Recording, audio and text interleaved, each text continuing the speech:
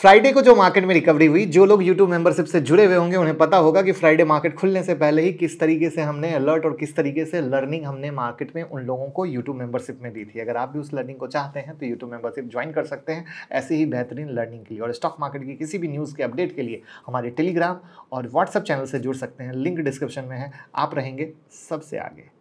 चलते हैं वीडियो पर। हेलो एवरीवन, कैसे हैं आप सब और क्या हाल समाचार हैं आपके। देखिए, शार्क टैंक इंडिया आप लोगों ने बहुत बार देखा होगा, कई सारे सीजन देखे होंगे और उसमें से जो एक जज थी जो इन्वेस्ट करती थी, अब उनका आईपीओ आ रहा है। तो आज की वीडियो को हमने इतना सिंपल रखने की कोशिश की है कि आप इस वीडियो को देखते हुए अगर शार्क टैंक इंडिया देखा होगा तो उससे रिलेट कर पाओगे और कैसे वो लोग जो स्टार्टअप में इन्वेस्ट करवाने के लिए आते हैं और कैसे सवाल पूछते हैं, क्या थॉट प्रोसेस होता है, तब वो कहते हैं अरे वैल्यूएशन बहुत महंगा है, बिजनेस सही नहीं है, बिजनेस का फ्यूचर सही नहीं है, हम इसमें इन्वेस्ट नहीं कर सकते हैं, अरे इतनी महंगी वैल्यू पर लाए हो। नाना प्रकार के जितने नाटक और ड्रामे होते हैं, सेम स्टोरी को हम कुछ इसी तरीके से सजाने की कोशिश की है, जिससे सिर्फ आप इस आईपीओ के बारे में ना जान पाओ, आगे भी जब कोई आईपीओ आता है और उसमें आप इन्वेस्ट करने के बारे में सोचते हो तो वही थॉट प्रोसेस होना चाहिए। क्योंकि सबसे इंटरेस्टिंग बात की ये है कि ये जो आईपीओ है इससे पहले और भी ज़्यादा हायर वैल्यूएशन पे आ रहा था, उस समय भी मार्केट गिरा था और इन्होंने कैंसिल कर दिया, अब वापस से आ रहा है और वापस से मार्केट गिर रहा है। तो ये कई कहानियां हैं जो आपको बहुत इंटरेस्टिंग और थॉट प्रोसेस लगने वाली है। वहाँ पे आई होप पेटीएम, जोमेटो, ये सब आप भूले नहीं होंगे, नाइका, ये सब भूले नहीं होंगे। तो यहां पर शुरू करते हैं। बहुत बेहतरीन वीडियो है, लास्ट तक देखिएगा, बिग लर्निंग और अर्निंग मिलेगा कि भैया आईपीओ में करना क्या है। तो मैं मुकुल अग्रवाल आपका आप ही के यूट्यूब चैनल में स्वागत करता हूं। जो भी नए लोग चैनल को सब्सक्राइब कर ले, बेल आइकन हिट कर ले। तो देखिए, हमारा देश क्या है, ग्रोइंग इकोनॉमी है, तो टाइम टू टाइम हमारा लिविंग स्टैंडर्ड बढ़ रहा है, जिससे लोग अब कहां ध्यान दे रहे हैं, तो पर्सनल केयर और ब्यूटी पर। खूब गोरा गोरा होना है, सुंदर सुंदर होना है और ब्यूटी प्रोडक्ट यूज करना है, जबकि पहले जमाने में हमारे इंडिया में ऐसा बिल्कुल नहीं था।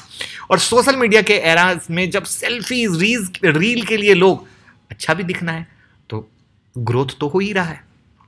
तो इसी सेगमेंट की अप्रॉक्स 7 साल पुरानी कंपनी, जिसमें बॉलीवुड एक्ट्रेस शिल्पा शेट्टी की भी इन्वेस्टमेंट है और वो भी करोड़पति हो गई, एक नन्ही मुन्नी सी इन्वेस्टमेंट करके बम्पर पैसा कमाया, वो भी बताएंगे। और ये कंपनी जो है फर्स्ट यूनिकॉर्न थी 2022 की। कंपनी का नाम गेस कर लिए होंगे तो जल्दी से कमेंट में बता दीजिए, क्योंकि शार्क टैंक इंडिया की भी मैंने बात की थी तो कमेंट में रिप्लाई तो बनता है। तो यहां पर हम बात कर रहे हैं मामा अर्थ की, राइट, जो होन्सा कंज्यूमर लिमिटेड है। तो सबसे पहले 29 दिसंबर 2022 को स्टॉक एक्सचेंज के पास आईपीओ के लिए डीआरएचपी सबमिट किया गया था।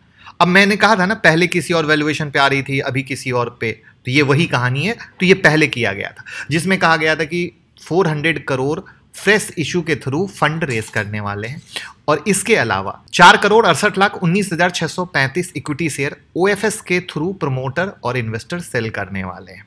ठीक है, ऑफर फॉर सेल, यानी क्या होने वाला है, पैसा जो रेज होने वाला है वो कंपनी के पास बहुत कम, और जो प्रमोटर या जो इन्वेस्टर थे, जो मैंने कहा ना शिल्पा शेट्टी करोड़ों कमा ली, उनके पॉकेट में ज़्यादा जाने वाला है। लेकिन ये कहानी कब की थी? दिसंबर 2022 की। अब हम आते हैं 25 अक्टूबर 2023 की कहानी पर, जहां वापस से कहानी हुई और यहाँ पर कुछ चेंजी हुई, कुछ तब्दीली हुई।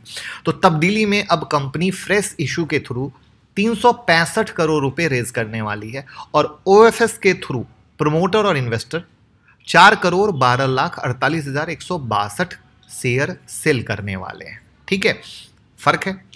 तो अब क्या हुआ, फंड रेजिंग कम हुआ और यहीं पर सवाल चल रहा है, जैसे पहले हाई वैल्यूएशन पे आईपीओ आ रहा था तो ज्यादा फंड रेज हो रहा था, अब वैल्यूएशन कम हुआ है तो फंड रेज कम हो रहा है। तो ध्यान से यहां पर जो सबसे बड़ा क्वेश्चन मार्क है, भले ही वैल्यूएशन थोड़ा कम हुआ है बट वो रियल में कम नहीं हुआ है, जो आप आगे समझने को मिलने वाला है। तो आखिर हुआ क्यों, ऐसा क्यों करना पड़ा, राइट ना। मामा अर्थ कंपनी कैसी है, कुछ ऐसा यूनिक है क्या? यूनिक होना चाहिए ना, तभी तो आप पैसा लगाओगे, शार्क टैंक इंडिया के जज की तरह, तभी तो पैसा लगाओगे। क्योंकि कुछ ऐसा होना चाहिए जो मोनोपोली होना चाहिए, तो सारे सवाल के जवाब मिलेंगे जिससे आप डिसाइड कर पाओगे। तो देखिए, ये जो है ना, इंडिया की largest digital first beauty and personal company है, पर्सनल केयर कंपनी है।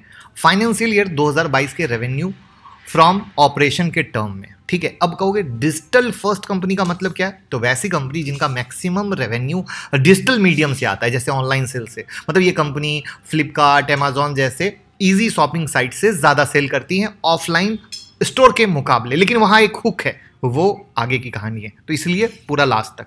तो इस पॉइंट को ध्यान में रखना है।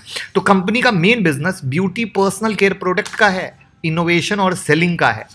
कंपनी न्यू प्रोडक्ट इनोवेट करता है, फिर उस प्रोडक्ट को कॉन्ट्रैक्ट मैन्युफैक्चर से मैन्युफैक्चर करवाता है, यानी खुद की फैक्ट्री नहीं है, और फिर अपने ब्रांडिंग के साथ अलग अलग मीडियम पे सेल करता है। यानी पर्सनल केयर का प्रोडक्ट है, इनोवेट किया। अब क्या इनोवेट किया, तो कुछ तो पेटेंट होना चाहिए। तो भैया कोई पेटेंट ही नहीं है इनके पास। कहने को इनोवेट है, इनोवेशन है, बट पेटेंट कुछ तो हो, वो पेटेंट इनके पास नहीं है। और खुद की फैक्ट्री नहीं, बाहर से मैन्युफैक्चर करवाते हैं, ब्रांडिंग मार के सेल करते हैं। ये हो गया बिजनेस मॉडल। इसमें दो पॉइंट है समझने का। फर्स्ट पॉइंट है ये D2C है, मतलब इनके प्रोडक्ट डायरेक्ट कंज्यूमर के पास पहुंचते हैं। मतलब कंपनी कोई रॉ मटेरियल नहीं बनाती है, जितना भी मैन्युफैक्चर करेगा डायरेक्ट इंड कंज्यूमर को सेल करेगा। सेकंड पॉइंट है कंपनी का खुद का मैन्युफैक्चरिंग प्लांट नहीं है, जिसमें कंपनी एसेट लाइट हो जाता है। मतलब ये दूसरे लोकल मैन्युफैक्चर से अपने प्रोडक्ट मैन्युफैक्चर कराते हैं, खुद के प्लांट का कोई एक्सपेंस नहीं है। अगर फ्यूचर में कुछ चेंज करना भी होगा तो ज्यादा एक्सपेंस नहीं आएगा, बस कॉन्ट्रैक्ट मैन्युफैक्चर चेंज हो जाएगा। ये दोनों ही पॉइंट इंपॉर्टेंट है, क्योंकि इसी पर पूरा बिजनेस टिका हुआ है। ओवरऑल मामाअर्थ D2C और थर्ड पार्टी कॉमर्स प्लेस पे अपना प्रोडक्ट सेल करती है। इनका रेवेन्यू ब्रेकअप देखते हैं तो मार्च 2023 तक 42.13% रेवेन्यू D2C से आ रहा था और 57.87% रेवेन्यू थर्ड मार्केट प्लेस से आ रहा था। कंपनी जैसा कि बोला इनोवेशन, तो ये अपने आप को बार बार हाईलाइट कर रहे हैं कि हम इनोवेट कर रहे हैं। तो ज्यादातर ऑलवेज नया नया ब्रांड लॉन्च करते हैं। तो इनका पहला ब्रांड है मामाअर्थ, जो 2016 में आया। लीड ब्रांड 2020 में लॉन्च हुआ डर्मा, 2021 में लॉन्च हुआ एक्वालॉजिक का और आयुग, 2023 में B blunt doctor Sheth company को एक्वायर किया। तो लगातार या लॉन्च या एक्विजिशन। अब सवाल ये आता है क्यों ऐसा कर रहे हैं? क्या पहले वाला प्रोडक्ट जो एक कस्टमर मंगा रहा है वो बार बार नहीं मंगा रहा है क्या? सोचने वाली बात है ना। कुछ तो हो सकता है हुक, वो हुक भी हम आपको बताएंगे। तो हम लोग बिजनेस मॉडल ब्रांड तो देख चुके हैं। फाइनेंशियल की बात करें तो 2020 में जो इनका लॉस था वो 428 करोड़ का था। 2021 में ये लॉस बढ़कर हो गया 1332 करोड़ के लमसम का। 2022 में पहली बार 14.4 करोड़ का प्रॉफिट पोस्ट हुआ। ठीक है, मतलब पहला प्रॉफिट वाला साल रहा। और इसी साल के लास्ट में आईपीओ का एप्लीकेशन, कि जैसे हम इंतजार कर रहे थे प्रॉफिट दिखे और पब्लिक के सामने परोस दें कि ये देखो प्रॉफिट कमाने वाली स्टार्टअप आ चुकी है, पैसा लगाइए, हम फंड रेज करेंगे। आपका क्या विचार है? कुछ सही या गलत कमेंट में ज़रूर बताइएगा, क्योंकि आपकी भी राय बहुत इंपॉर्टेंट है। इसके बाद फाइनेंशियल ईयर 2023 में इन्होंने 150.96 करोड़ का लॉस पोस्ट किया। मतलब एक साल प्रॉफिट के बाद नेक्स्ट ईयर फिर से लॉस में आ गई। तो अभी तक हमें पता चला कंपनी का ऐसी बिजनेस मॉडल। अब टाइम है कुछ इंपॉर्टेंट पॉइंट का, सही वैल्यूएशन पे है या नहीं है। तो पहला पॉइंट है कि आईपीओ की वजह क्यों आ रहा है, तो पता तो चलेगा ना पैसे का क्या होगा। तो 4 चीज पे खर्च होना है। पहला एडवर्टाइजमेंट का एक्सपेंस है 182 करोड़। सेकंड है मामाअर्थ का एक्सक्लूसिव ब्रांड आउटलेट ओपन करने के लिए 20.6 करोड़।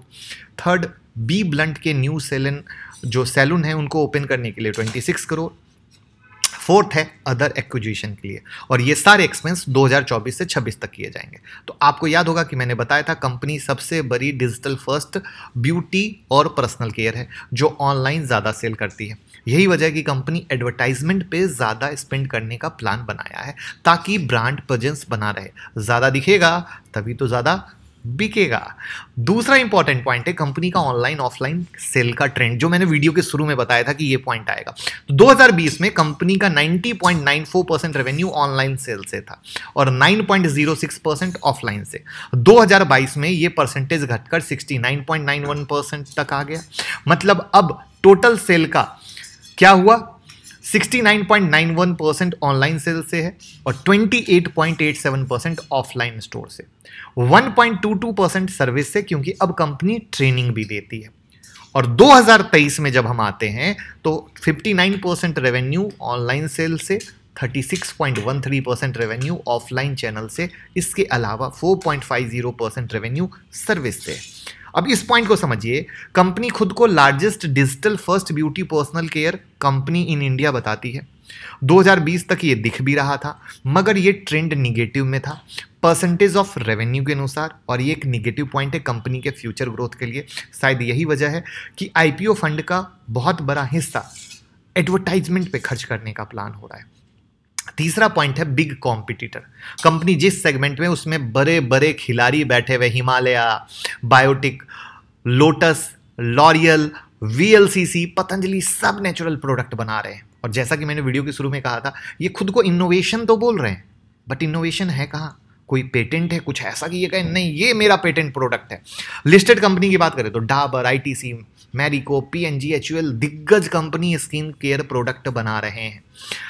तो मामाअर्थ के पास ऐसा कुछ भी यूनिकनेस नहीं है जो बिग कंपनी नहीं बना सकते हैं, और यहां इनको मिलेगा टफ कंपटीशन। किससे?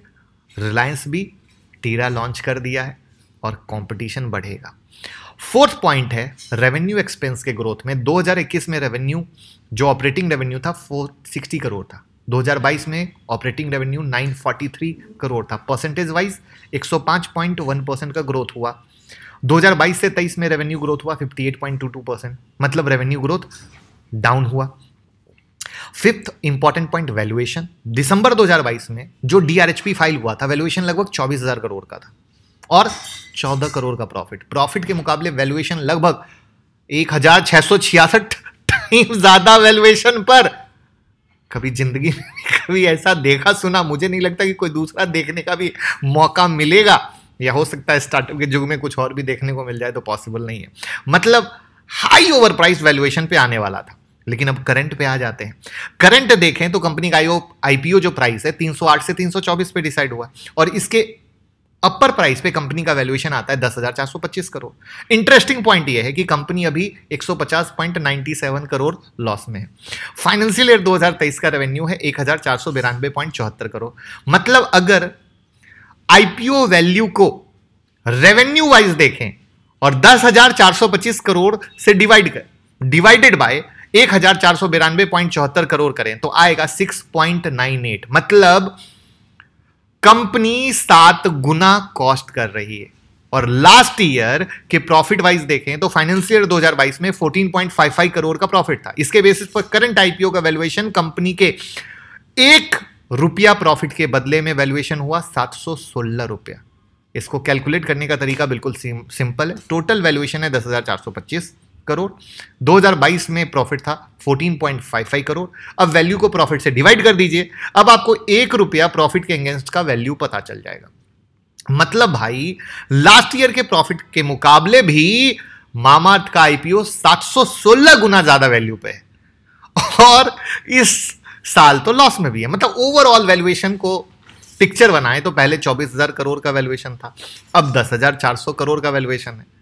ये वैल्यूएशन कम हुआ क्या? सिंपल लॉजिक है कि भैया जो फाउंडर हैं शार्क टैंक इंडिया में थे, किसी भी स्टार्टअप को रेवेन्यू का 10 टाइम वैल्यूएशन देने में हालत खराब हो जाती थी इनकी। आप लोगों ने देखा है ना, हालत खराब होती थी ना। अब खुद का वैल्यूएशन आईपीओ इतना वैल्यूएशन पे लाए तो रूल कहां है? अब इसी का जवाब कौन देगा? इसका जवाब देंगे आप। तो कमेंट बताइए, अभी तक की जितनी पढ़ाई हुई लगता है कि आप आईपीओ में अप्लाई करेंगे? क्योंकि ये तो अगर अभी शार्क टैंक इंडिया में कोई और लेके आता तो ये पैसा 1 रुपया ना लगाते और ट्रोलिंग तो भर करते, पूरा उनका हंसी मजाक उड़ाते हैं ना, देखते हैं ना आपने, राइट?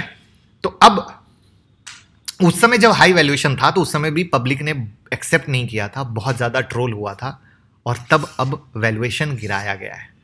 ठीक है, तो ये कहानी है। अगर आप पेटीएम, नाइका, डिलीवरी जैसी कंपनियों की हालत देखें तो आपको सारी पिक्चर और रिकॉल मोमेंट याद हो जाएगा कि कहानी क्या है। यहाँ एक इंटरेस्टिंग पॉइंट और ये है कि भैया इस आईपीओ से रिटेलर कमाए ना कमाए, शिल्पा शेट्टी तो करोड़ों कमाने वाली है, जो मैंने बताया था।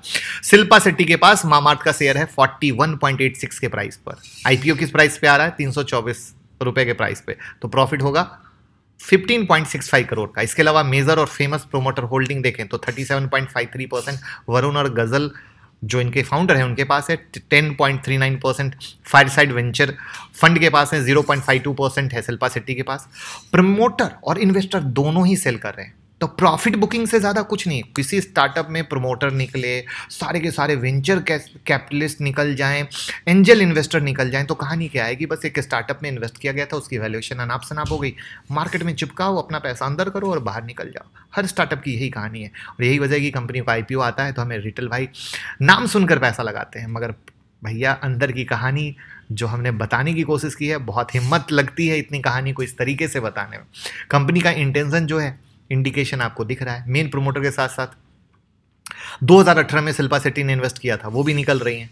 कंपनी बहुत ही बेसिक प्रोडक्ट के बिजनेस में है, ठीक है, बहुत ही बेसिक, जो आपको कहीं भी मिल सकता है, हो सकता है। यहाँ पर एक डेटा साफ कहता है कि इनके पास जो है ना डेटे एज पर डेटा कि आपने अगर इनका प्रोडक्ट खरीदा तो दोबारा नहीं खरीद रहे, तो कस्टमर रिकॉल मोमेंट है ही नहीं, तभी इनको एडवर्टाइजमेंट पे सबसे ज्यादा खर्च करना पड़ रहा है। This is the biggest drawback. और ये किसी भी कंपनी में जब तक नहीं आएगा रिकॉल मोमेंट, कैसे डिसाइड कर पाओगे?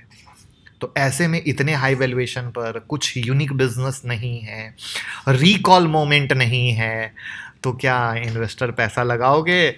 आप बता दीजिए, है ना? मुझे तो लगता है मैंने स्पष्टता से सब कुछ सारी बात बता दी है कि कहानी क्या है, किस तरीके से है। और ये तो बिल्कुल पैसा नहीं लगाते, ये शार्क टैंक वाले अगर इनके पास कोई लेकर जाता तो कोई नहीं लगाते। तो क्या आप बताइए, आप लगाएंगे? बाकी बस वीडियो को शेयर कर दीजिए, सारे हिंदुस्तान को सिखा दीजिए कि कैसे एक IPO की एनालिसिस की जाती है। Thank you so much. अब हर एक IPO, चाहे SME का हो या मेन बोर्ड का हो, उसकी हर एक छोटी से छोटी अपडेट आपको हमारी ब्लॉग पर हिंदी और अंग्रेजी दोनों में पढ़ने पे मिलेगी। लिंक डिस्क्रिप्शन में जाइए, लिंक को सेव कर लीजिए, लोगों के साथ भी शेयर कीजिए। बहुत मेहनत से हर एक IPO की सारी अपडेट हम आपके लिए लाते हैं और बहुत कुछ मिलने वाला है।